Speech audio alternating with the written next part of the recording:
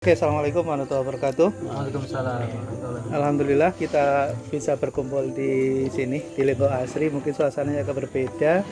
Biasanya kita agak diburu-buru waktu di kantor. Kita nggak sempat refreshing. Kita sambil refreshing. Kita ingin coba untuk melihat proyeksi 2021 ya. Kita ingin melihat perspektif dari dua sisi. Jadi kalau kita ingin melihat suatu potensi ekonomi itu selalu lihat dari sisi permintaan dan dari sisi penawaran. Mungkin teman-teman saat ini kan sudah mulai menjadi salah satu pelaku bisnis di sektor keuangan.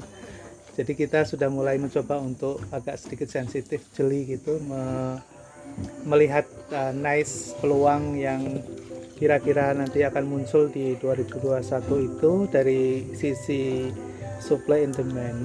Nah, yang dimaksud dengan sisi supply itu pastinya kalau kita bergerak di sektor keuangan artinya berarti yang menjadi supply adalah lembaga keuangan gitu ya. Boleh yang formal seperti lembaga keuangan perbankan atau lembaga keuangan lain di bawah otoritas jasa keuangan atau koperasi di bawah Kementerian Koperasi, Kemenkop, atau lembaga yang informal seperti rentenir gitu yang tidak memiliki institusi legal body. Nah, sementara dari satu sisi yang lain adalah sisi demand, permintaan. Berarti dari sisi UKM ya, SMI, dari sisi UKM kita di 2021 kira-kira perwajahannya seperti apa? Ini akan sangat menentukan dalam menentukan rencana bisnis di 2021. Oke, saya ingin lihat dari sisi demand dulu, dari sisi permintaan. Adanya 3 isu besar kita saat ini yang kita hadapi. Yang pertama adalah sisi adanya Omnibus Law ya, Undang-Undang Cipta Kerja. Ini undang-undang mengakomodir seluruh kepentingan yang terkait dengan sebetulnya orientasinya pada kemudahan untuk berinvestasi dan berbisnis dalam rangka untuk membuka lapangan pekerjaan yang lebih kondusif ke depan. Dan itu akan menyentuh semua sektor, terutama UKM. Gitu. Nah, satu sisi itu adalah sisi isu penting yang menjadi bagian dari pertimbangan dalam membuat rencana bisnis di 2021. Kemudian yang kedua adalah kondisi normal baru, new normal ya, dimana membawa suatu perubahan besar dalam cara hidup, cara pikir dan cara tindak, terutama dalam pengambilan keputusan bisnis masyarakat kita. Kita ingin melihat bagaimana switching atau perubahan yang terjadi di tengah-tengah masyarakat. Yang pertama adalah dari cara berbisnisnya. Ini akan sangat menentukan dan menjadi bagian penting dalam proses pengambilan keputusan. Kita tahu persis bahwa media yang menjadi alat atau instrumen dalam proses mendapatkan informasi maupun mendapatkan pasar itu berpindah ya dari media cetak seperti yang biasa kita lihat di koran untuk mengetahui perubahan atau kejadian tertentu. Saat ini sudah ada di tangan kita, di genggaman kita ya, lewat berbagai informasi medsos atau berita yang terkini langsung kita bisa dapatkan pada saat yang sama lewat smartphone kita gitu. Kemudian yang kedua,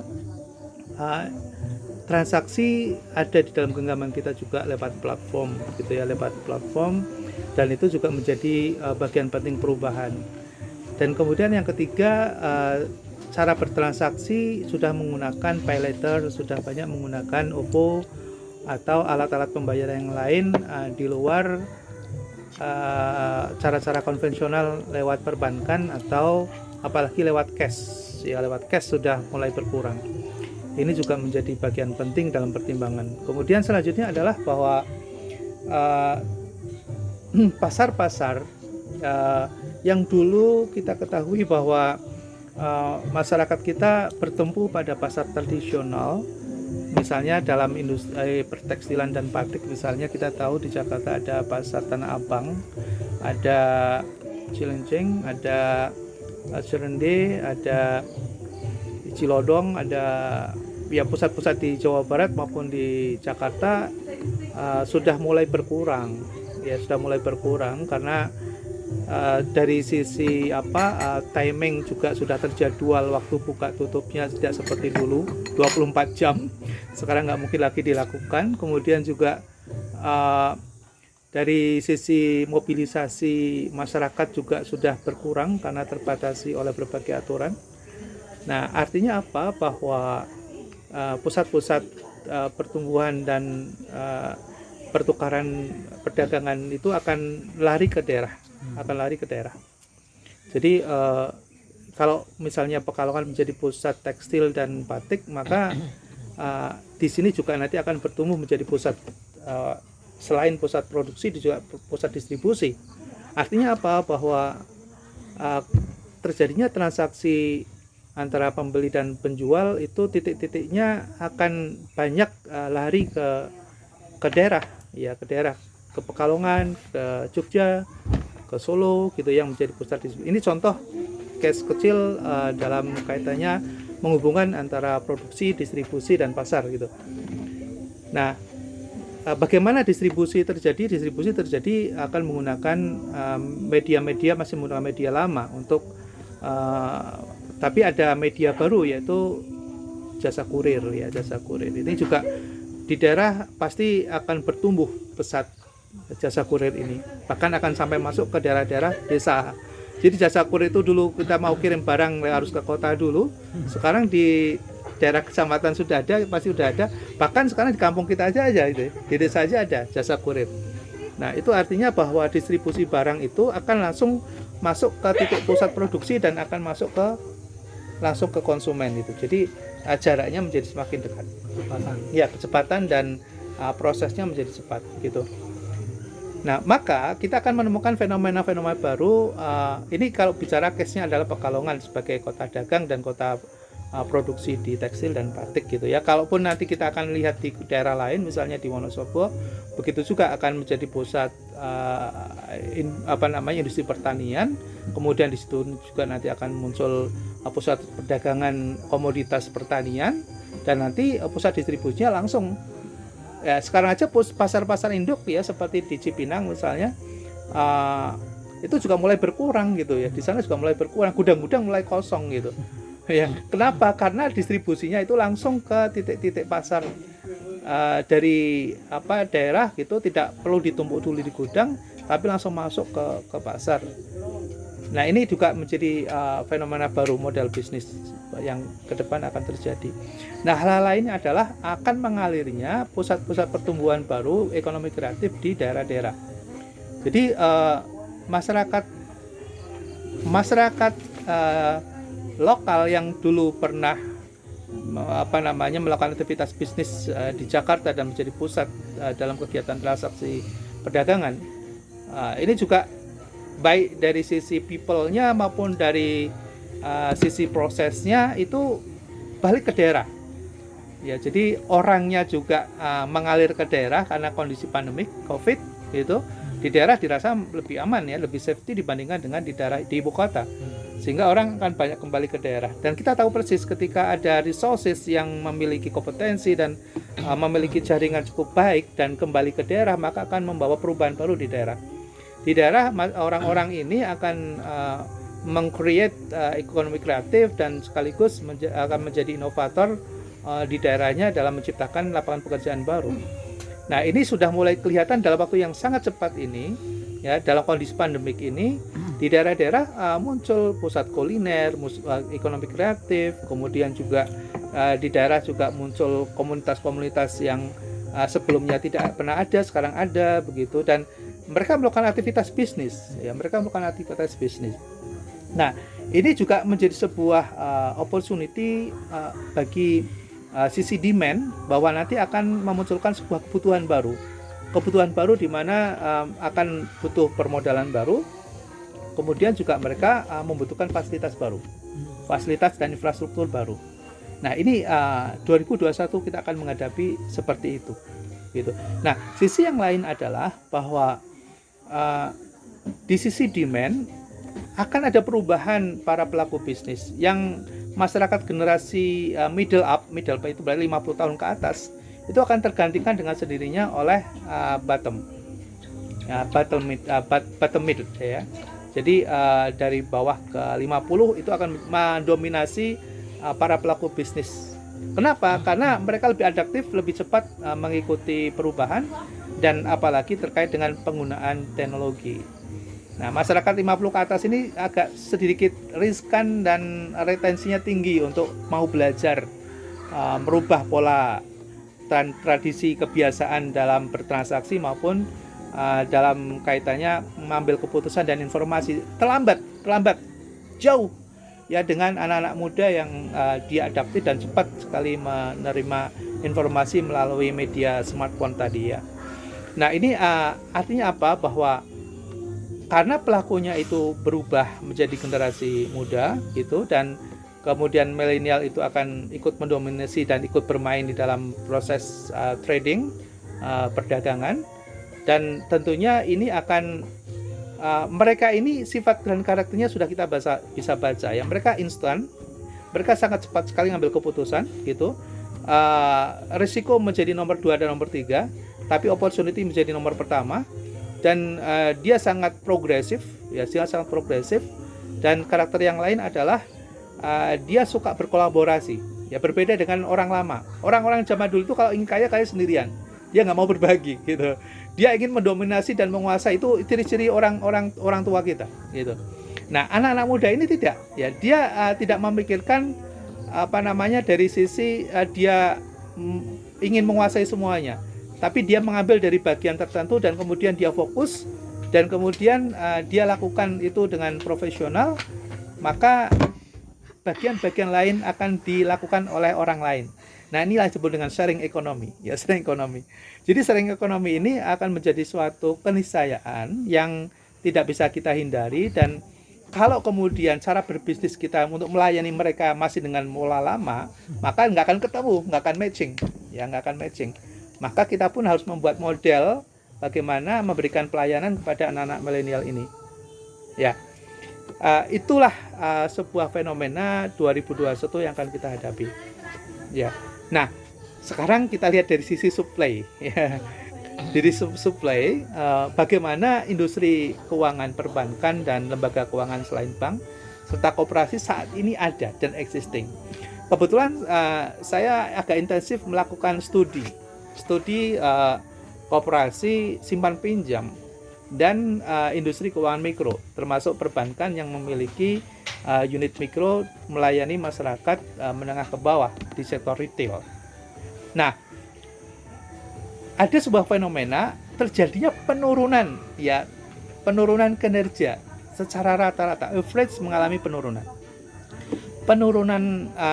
penurunan dari outstanding kredit atau pembiayaannya itu turun ya dalam pasca pandemik ini sampai kondisi saat ini. Kemudian dari sisi simpanan, penghimpunan dana, fundingnya ya, liabilities-nya juga turun ya. Dan yang paling parah adalah dari sisi profitability-nya, rentabilitasnya turun bahkan ada yang minus. Itu yang paling parah. Nah, artinya indikator kinerja keuangan, lembaga keuangan yang mengalami kontraksi. Kenapa? Karena kita sudah tahu persis bahwa ada pending dan cancel pembiayaan selama pandemik berlangsung. Ada kekhawatiran dan ketakutan lembaga keuangan untuk memberikan pembiayaan baru, apalagi baru, yang lama saja itu sangat hati-hati, sangat prudent gitu. Mereka sangat menjaga likuiditas ya, apalagi ada isu terjadinya krisis.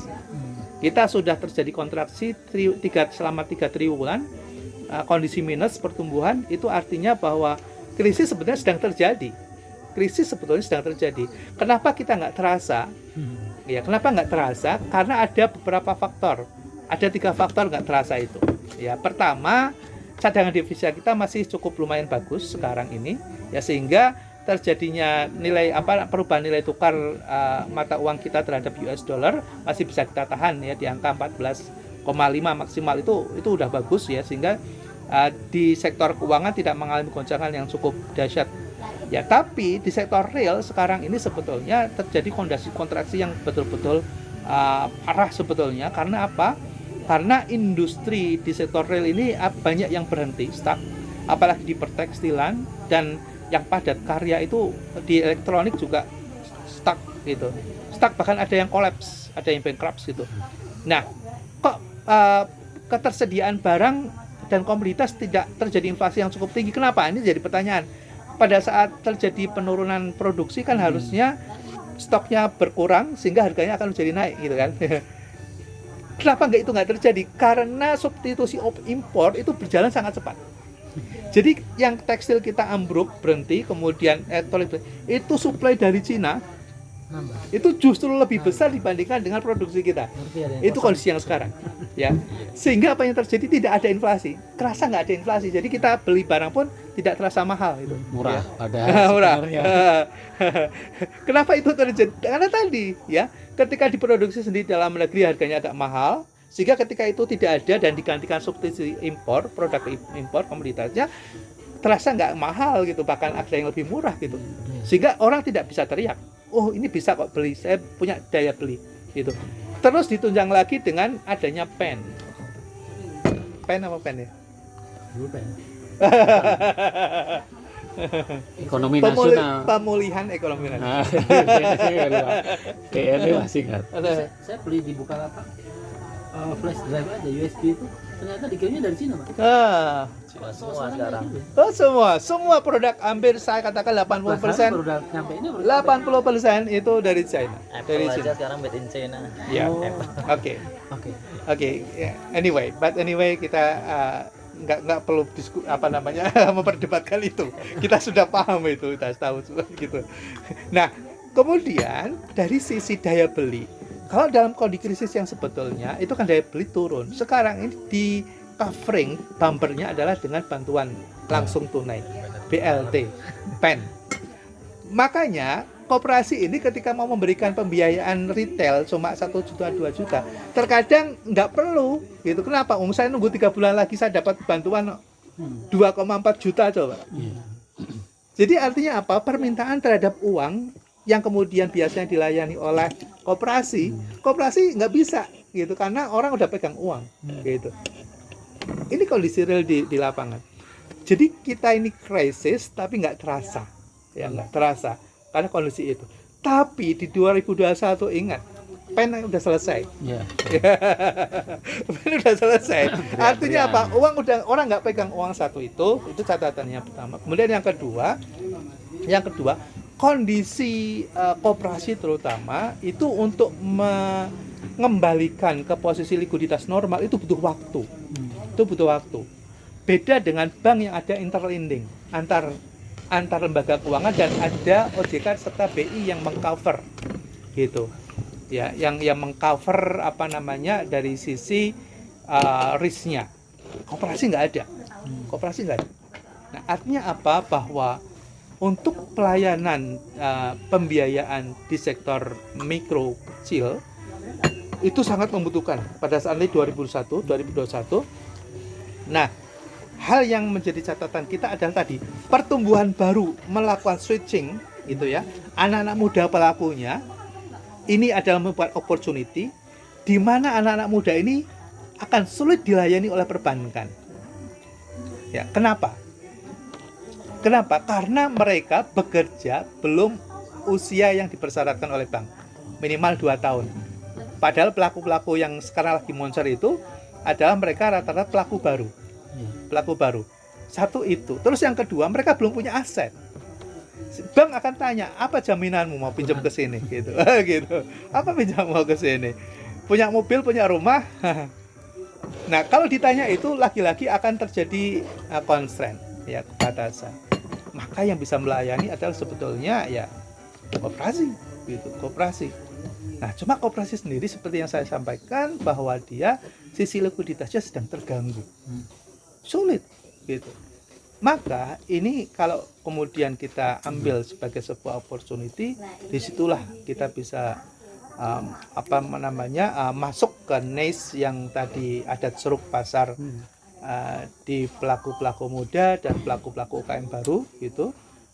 yang secara persyaratan itu masih tidak disebut dengan bankable, unbankable, ya, tidak memenuhi persyaratan perbankan, tapi dari sisi bisnisnya adalah visible. Sisi bisnisnya adalah visible. Ya, kenapa? Karena dia memiliki pasar baru, mereka sedang bertumbuh, ya, dan mereka punya masa depan, gitu. Nah, disinilah yang kemudian menjadi catatan kita untuk membuat rencana di 2021. Oke. Nah, itu catatan dari supply and demand. Nah, kemudian yang kedua adalah kita melakukan sebuah inovasi di mana kita ingin membuat sebuah layanan yang melakukan matching antara demand dengan supply, ya, antara demand dengan supply. Nah, ini yang disebut dengan project financing yang kita sudah mau jalankan. Ini ke depan harus dilakukan dengan menggunakan teknologi ke depan. Saat ini kita masih manual, ya, masih manual. Ada project yang memang perlu dibiayai oleh lembaga keuangan dan kita bisa masuk dengan menggunakan dana penghimpunan simpanan berjangka tertentu. Nah, ini bisa kita lakukan baik usaha yang sudah existing maupun usaha yang startup. Startup tapi dia memiliki sistem yang sudah settle. Contohnya apa? Franchise. Dia sudah memiliki sistem yang sudah settle. Kita sedikit menghindari untuk memberikan pembiayaan pada startup yang belum memiliki sistem. Ya. Contoh yang sudah memiliki sistem apa misalnya?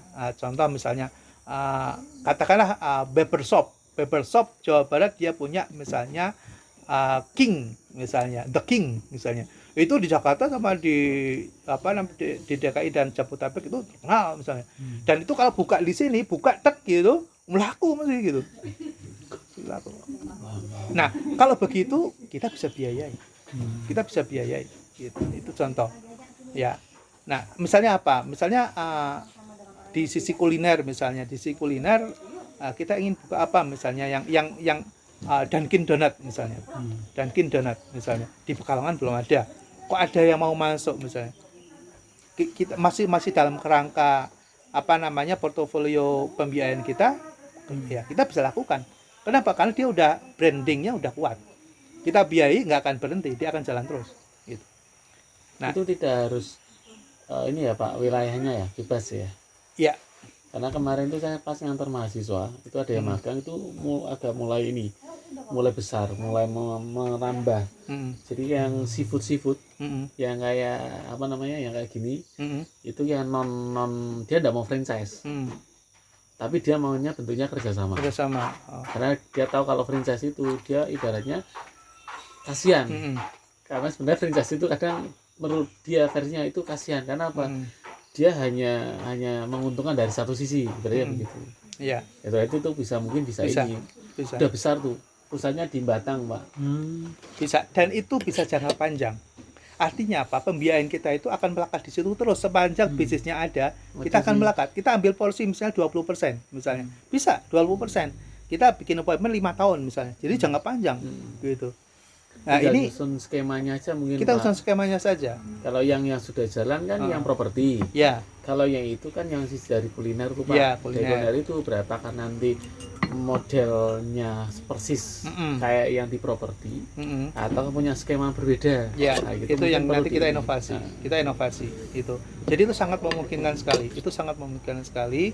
Dan bisa, ya itulah yang namanya syariah, betul bisa kita terapkan ya, karena kita tidak saya berapa persen saya dapat enggak gitu, tapi nanti akan sesuai dengan tingkat fluktuasi dari laba rugi gitu ya. Kita akan ngikutin, misalnya ambil porsi 20%, itu benar 20%. Dan nanti si investornya pun, si pemilik dana pun ketika menyertakan ke situ dia udah paham. Saya bisa dapat bisa besar, bisa kecil, enggak ada masalah gitu. Karena itu bisnis, ya itu bisnis. Nah, yang kita kuatkan nanti adalah di sistemnya. Nah, lagi-lagi sistem. Karena nanti ketika kita bicara kepada bisnis yang startup yang saya sebut dengan digital itu, artinya dari sisi pembukuannya itu sudah dia standardized. Jadi laporan keuangan dan itunya sudah terstandar gitu.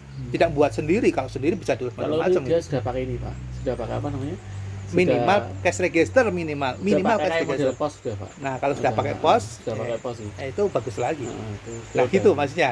Nanti kita membuat klasifikasi gitu, apa namanya, skema-skema bisnis yang bisa kita biayai. Itu namanya inovasi. Itu inovasi. Nah itu yang sebetulnya